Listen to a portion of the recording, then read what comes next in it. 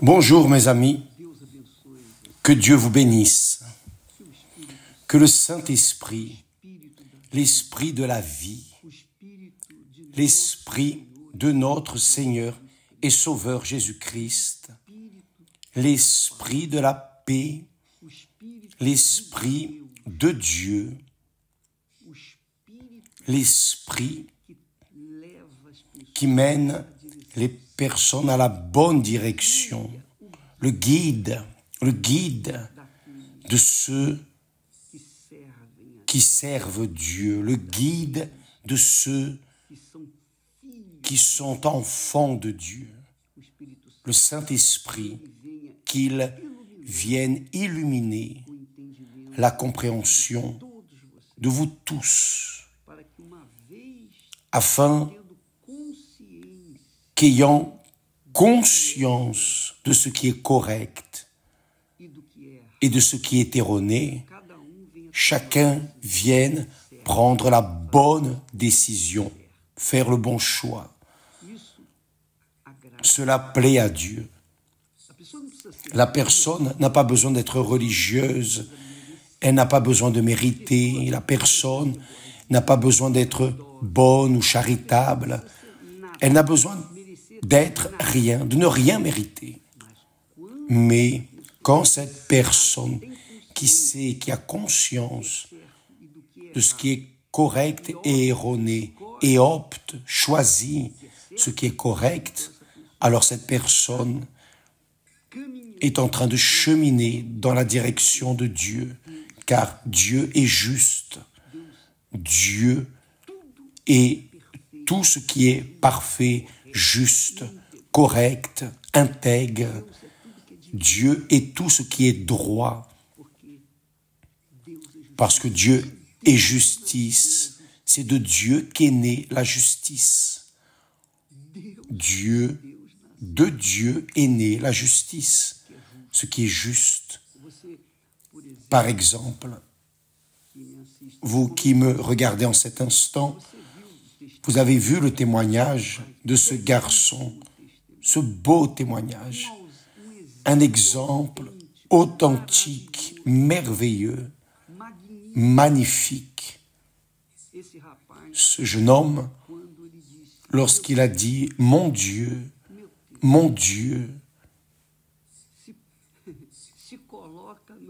mets-toi à ma place. Si le Seigneur ne me connaissait pas, le Seigneur aurait-il le courage de rendre témoignage de moi? Pourrais-tu parler de moi à quelqu'un? Donc, je veux te connaître, je veux ton esprit, c'est-à-dire cette prière si simple, si puissante.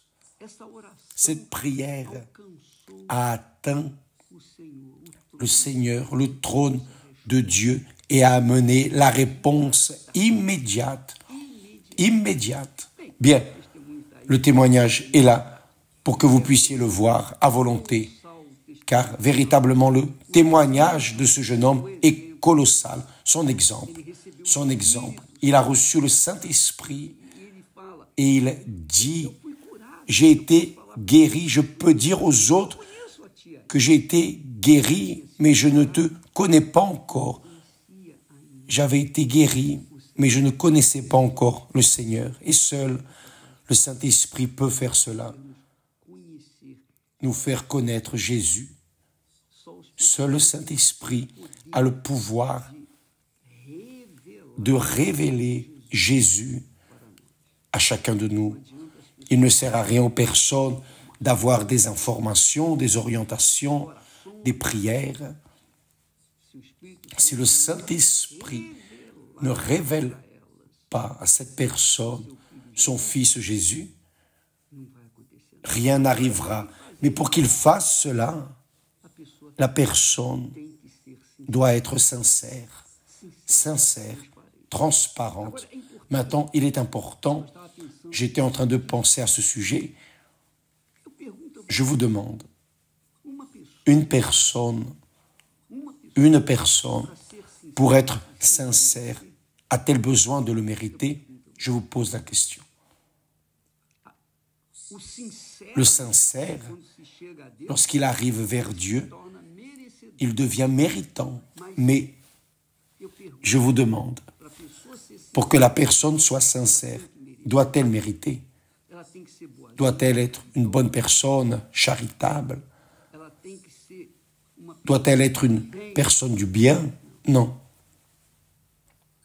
Quand la personne est sincère, elle est sincère par nature. Même si sa nature est corrompue, mais si elle est sincère, alors elle plaît à Dieu. Sa prière arrive à Dieu. Elle n'a même pas besoin de la prière de l'évêque ou de qui que ce soit.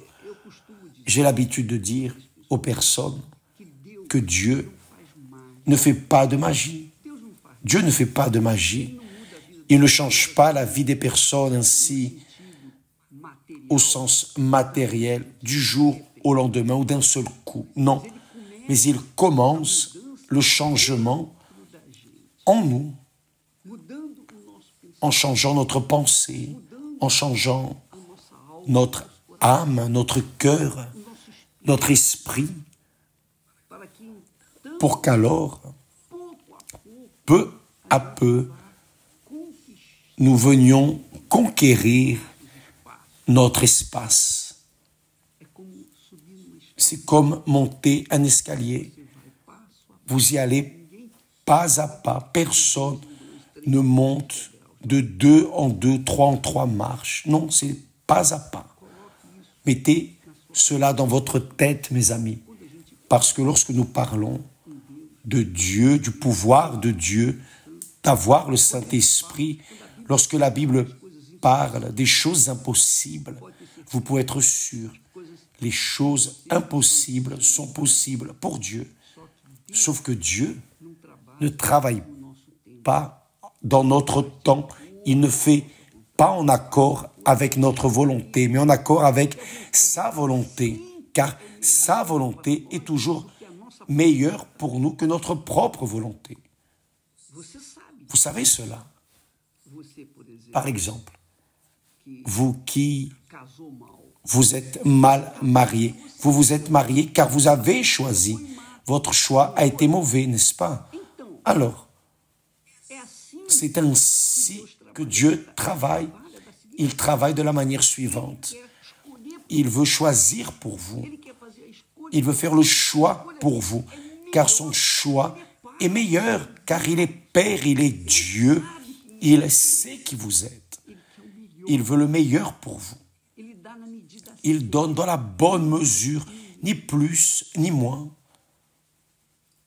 D'ailleurs, il est même bon de parler à ce sujet parce que ce soir, Renato, Cardoso et Christiane seront en train de parler de ce sujet ce soir à 20h au temple de Salomon. Et vous pouvez y aller, vous n'avez rien à payer. C'est un cours spécial pour les personnes qui veulent apprendre à être heureuses. Elles veulent apprendre. Vous voulez apprendre à être heureux. Vous voulez être heureux. Parce que après la rencontre avec Dieu, la chose la plus importante est de rencontrer la personne qui va faire la paire avec vous, votre mari, votre épouse. Vous allez constituer une famille, donc ce soir à 20h. Mais revenons au sujet de la sincérité. Quelqu'un a besoin de mériter pour être sincère? Non. Non. Nous voyons ici, nous mettons ici, nous postons ici des personnes qui étaient des bandits, qui se sont convertis à l'intérieur d'une prison, parce que à l'intérieur de la prison, dans la difficulté de la douleur, elles ont été sincères, juste cela. Elles ont manifesté la sincérité et Dieu les a entendues et les a enlevées de ce trou sans fond. Mes amis, je vous demande, de quoi quoi avez-vous besoin pour être sincère? Vous avez besoin de Dieu, vous avez besoin d'être religieux, religieuse, de mériter? Non. La sincérité est une chose personnelle. Ou vous l'êtes ou vous ne l'êtes pas. Ou vous êtes sincère ou vous n'êtes pas sincère. Et c'est là le critère que Dieu utilise pour séparer l'ivraie du blé, pour séparer les choisis de tous les appelés. C'est cela. Dieu utilise ce critère. La personne qui est sincère, il l'écoute et lui répond. Parfois même à l'instant, au moment, comme ce fut le cas de ce post que nous avons mis hier. Cela vaut la peine que vous regardiez. Si vous n'avez pas encore regardé, vous allez voir quelle beauté Dieu. David a dit cela. Je sais, mon Dieu, que tu prends plaisir dans la sincérité et réellement. C'est cela. Dieu prend plaisir dans la sincérité. Donc quand la personne n'est pas sincère, elle peut même être religieuse. Elle peut être une personne, disons, bien religieuse, extrêmement religieuse. Mais si elle n'est pas sincère, elle va rester en arrière. Elle sera rejetée parce qu'elle n'est pas sincère. Dieu choisit les sincères. Écoutez ce que je suis en train de vous dire, mes amis. Il dépend de votre sincérité. Vous savez pourquoi? Parce que quand la personne est sincère, elle sait que Dieu sait ce qu'il y a en elle. Mais quand la personne est faux semblant, elle n'est pas sincère, qu'elle est hypocrite, elle ne veut pas reconnaître que Dieu sait ce qu'il y a en elle. Donc, elle ne reconnaît pas l'autorité, le pouvoir, la grandeur de Dieu pour savoir ce qui est en elle, pour voir les profondeurs de son âme. Donc, elle reste en dehors. C'est ainsi que Dieu choisit ceux qui seront sauvés, qui seront appelés enfants de Dieu, qui ici sur terre, au siècle présent, reçoivent le Saint-Esprit, le baptême du Saint-Esprit, c'est-à-dire Dieu lui-même en esprit en elle. C'est cela. Et cela fait la différence dans la vie de la personne. Donc, lorsqu'il vient, il change complètement notre caractère, notre manière erronée de penser, notre manière erronée de choisir. Il change tout. Il donne un nouveau cœur, un nouvel esprit. Mais cela exige la sincérité. Et pour que la personne soit sincère, je répète, elle n'a pas besoin de mériter quoi que ce soit. Rien, zéro. Elle n'a pas besoin de mériter. Elle doit juste être sincère, transparente, être ce qu'elle est. C'est cela. On ne peut pas changer cette situation. C'est ce qui est écrit. C'est ainsi que je vois, que je comprends mon Père. C'est ainsi que je comprends mon Seigneur et Sauveur Jésus-Christ. C'est ainsi que je comprends l'action du Saint-Esprit dans la vie des personnes. Dans toute ma vie chrétienne, nous allons faire 60 ans maintenant d'avoir été convertis par le Seigneur Saint-Esprit, convaincus et convertis, lavés dans le sang de Jésus. 60 ans. Et j'ai toujours vérifié et noté que les sincères sont ceux qui sont sauvés.